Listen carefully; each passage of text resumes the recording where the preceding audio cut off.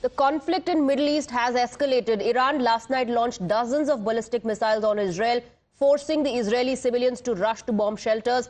Israel's Iron Dome was seen in action, with the Israeli Defense Forces claiming that a large number of missiles were intercepted and only few hit in central and southern areas. Sirens continued to blare across Israel, with IDF claiming that at least 180 missiles were fired by Iran. Israel decided to close its airspace following the attack.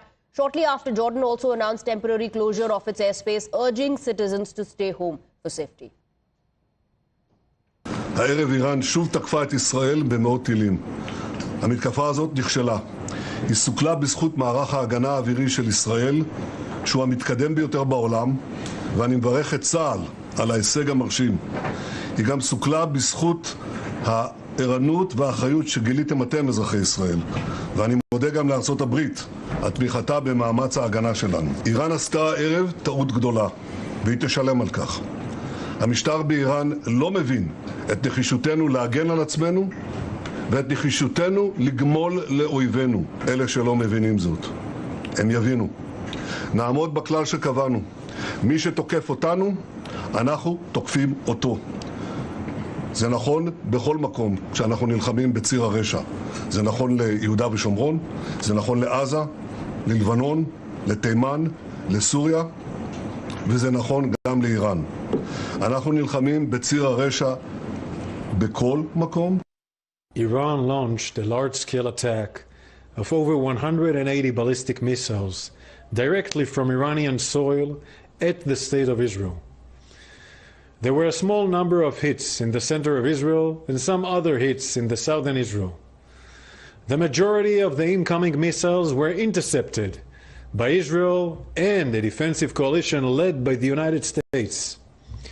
Iran's attack is a severe and dangerous escalation. There will be consequences. Our defensive and offensive capabilities are at the highest levels of readiness. Our operational plans are ready. We will respond wherever, whenever, and however we choose. Now, the Israeli military has warned Iran that the attack would have consequences. In fact, U.S. President Joe Biden has ordered the deployment of U.S. Army in the Middle East to assist Israel in wake of Iranian rocket attacks. At my direction, the United States military actively supported the defense of Israel, and we're still assessing the impact. But based on what we know now, the attack appears to have been defeated and ineffective. And this is testament to Israeli military capability and U.S. military. It's also a testament to intensive planning between the United States and Israel to anticipate and defend against the brazen attack we expected. Make no mistake, the United States is fully supportive of Israel. I'm clear-eyed. Iran is a destabilizing, dangerous force in the Middle East, and today's attack on Israel only further demonstrates that fact. I fully support President Biden's order for the U.S. military to shoot down Iranian missiles targeting Israel, just as we did in April. We are still assessing the impact, but initial indications are that Israel, with our assistance, was able to defeat this attack.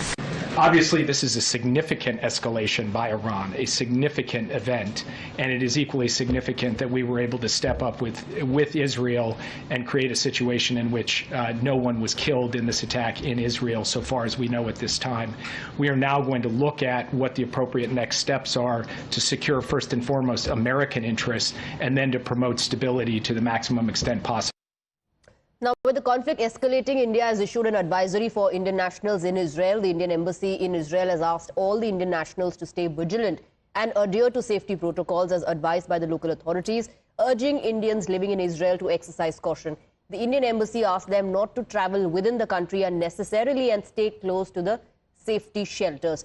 Meanwhile, External Affairs Minister S. Jaishankar expressed his concern on the wider conflict between Israel and Iran. Speaking at the Carnegie Endowment in U.S., Jaishankar called Hamas's attack on Israel a terrorist attack. He also underlined that any response by any country must take into account the international humanitarian laws and be careful about its implication for the civilian population.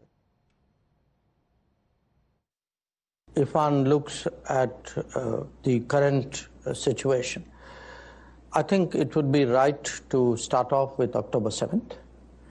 We regard October 7th as a terrorist attack. We understand that Israel had a need to respond. But we also believe that any response by any country has to take into account international humanitarian law, that it must be careful about any damage or any implications for civilian populations.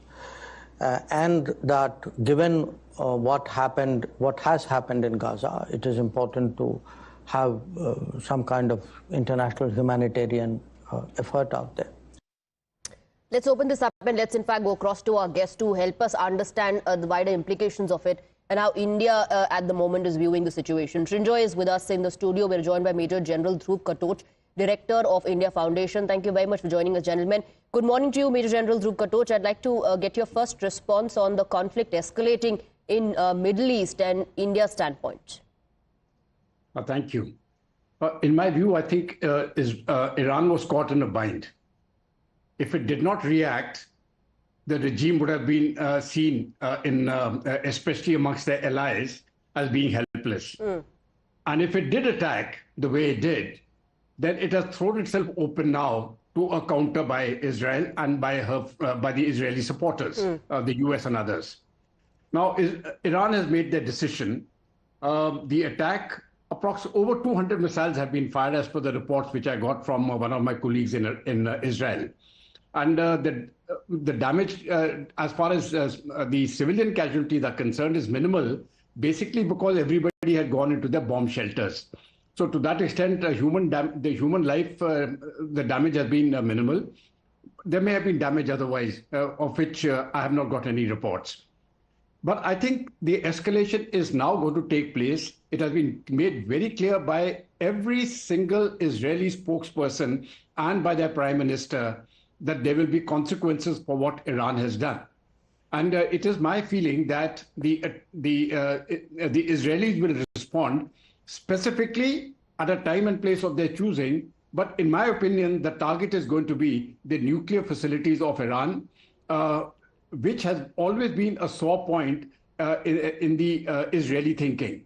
They feel an existential threat from a potential nuclear capability of Iran, and they will do everything in their power to take that out. Now an opportunity has presented itself. I think over a period of time, we cannot lay down a time schedule for this, but it will happen over a period of time, and an attempt towards that direction will be made. All right. Srinjoy, has Iran taken the bait? Many experts believe that.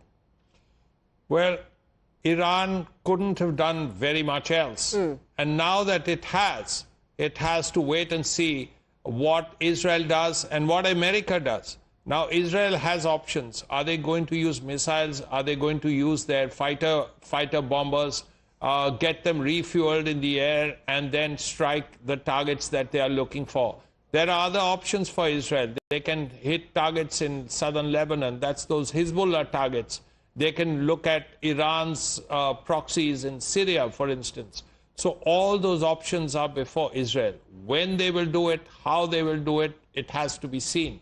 But there are many options before, and Iran is a big country. So in one sense, there are big targets. There are many military facilities, and all of them may or may not be protected as well.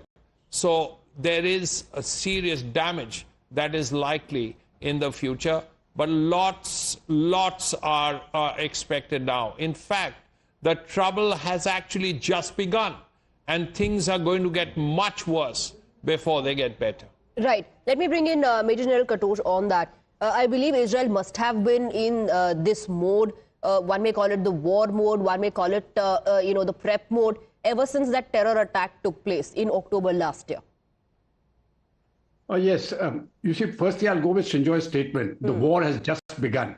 I think this is not the end. We are not looking at the end state. We are looking at the start point.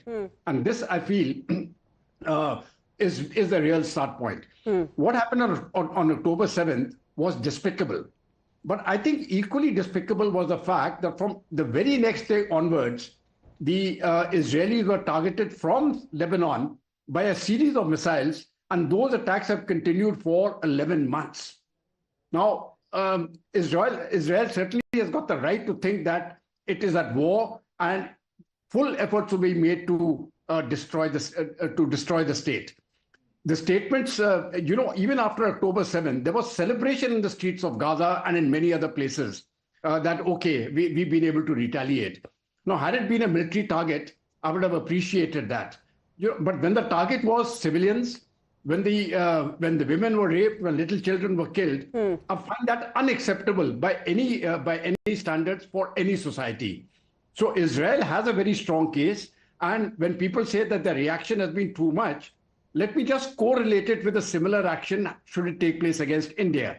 Population-wise, if a percentage of the population, like 2,000 plus people were killed in Israel, if that percentage of population had been killed in India in a similar manner, I don't think the Indians would have said, okay, because you have killed so many, we are only going to kill so many and call it a day. Absolutely. That is war. It is full-scale war, and they will take it to the logical conclusion by getting the other side down completely, so that this sort of act on the part of these terrorist groups can never, ever be repeated again. Absolutely. I think that is the bottom line for Israel. Everybody wants to live in peace. Everybody wants to live in peace, and perhaps that's the reason why everybody believes Israel had all the right to attack the way it did. We also have Ankit joining us on the broadcast with more details on the dramatic visuals that have come to fore, Ankit, of over 200 missiles being fired. Most definitely. There were so many missiles, in fact, Swati, in the air at the same time that it really looked like it is some kind of space phenomena. It's like shooting stars or a meteor shower. But these are missiles, these are rockets. They were fired from Iran. Now, what happened last evening? The US was in the vicinity. Israel was alert. We knew when the US officials intimated to the public that Iran is planning a ballistic missile launch. It turned out to be many, many more than that, about 200 missiles of all kinds. And we saw this just in April also, essentially a similar playbook being used. But this time, I think there were also ballistic missiles in the fray. They go higher and they come down faster. They're harder to stop. At the same time, you have Israel's Iron Dome defense system, and Iron Dome isn't the only one. There's also David Sling. There are a multi-tiered level of missile defenses that Israel operates. And so what we have here essentially is, now this is something that people are still not entirely sure about. Are these in fact all rockets that are falling down? Are they all missiles, or are they the remnants of missiles that have already been intercepted by Israel's Iron Dome system? Not all of them exploded, but a number of them did. Did they explode to the kind of capacity that they could? We saw smoke in plumes at some places in the Israeli cities, the big Israeli cities in Tel Aviv especially.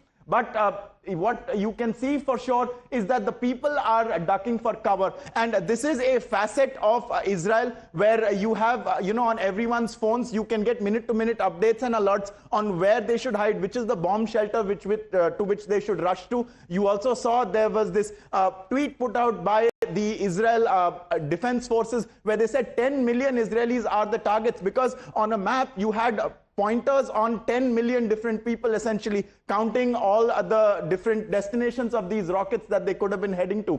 And so this is how you see all of these essentially coming down in a hailstorm of explosives. Essentially, that's what this is. Just take a look at this cityscape. You have a view of a densely populated area, and from the skies are falling missile upon missile. It is an unbelievable barrage unleashed by Iran. If this was any other country, if this was not Israel, if it did not have the Iron Dome defense system, if it did not have America waiting on both wings, also intercepting missiles, then this could have been cataclysmic. The number of casualties that this could have caused is really sheerly mind-boggling. However, it did not have the same impact that it would have, and that's why many people are saying that Iran was backed into a corner. They had to respond. They took an option that they knew would not work, because it hadn't worked a couple of months ago as well, Swat. The conflict is further going to escalate. Israel has said that there'll be consequences, and Iran responded saying they will be responding to it very severely. Now, Major General Katod, Srinjoy Chaudhary and Ankit will continue to be with us. Quick break.